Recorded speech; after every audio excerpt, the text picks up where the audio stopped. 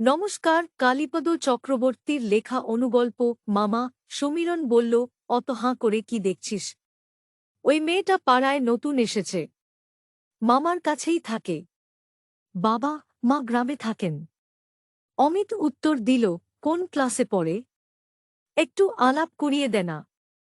সমীরণ বলল, আগামীকাল যখন স্কুল যাবে তখন তুই এই মোড়ের মাথাতেই আলাপ করে নিস।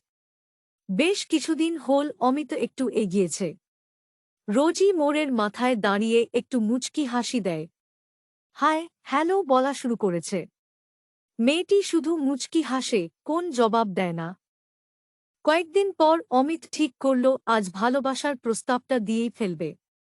সমীরণের সাথে মোড়ের মাথায় অপেক্ষা করতে লাগল। অমিত বলল, সমীরণ, আজ মেয়েটার সাথে মাঝবয়সী কেউ আসছেন মনে হচ্ছে।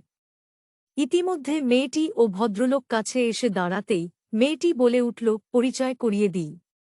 ইনি হলেন আমার মামা। ভদ্রলোককে খুব রাগান্বিত মনে হচ্ছিল। ভদ্রলোক বলে উঠলেন, আগামীকাল আমার অফিসে তোমাদের চায়ের নিমন্ত্রণ রইল। অমিত আমতা আমতা করে বলে উঠল, কোথায় আপনার অফিস? এরপর উনি যা বললেন তাতে সেখানে যাওয়ার সাহস অমিত বা সমীরণের হয়নি। সেই থেকে মেয়েটির দিকে ওরা আর কখনো ফিরেও তাকায়নি। কারণ তার মামা ওই এলাকার থানার নতুন ওসি হয়ে এসেছেন।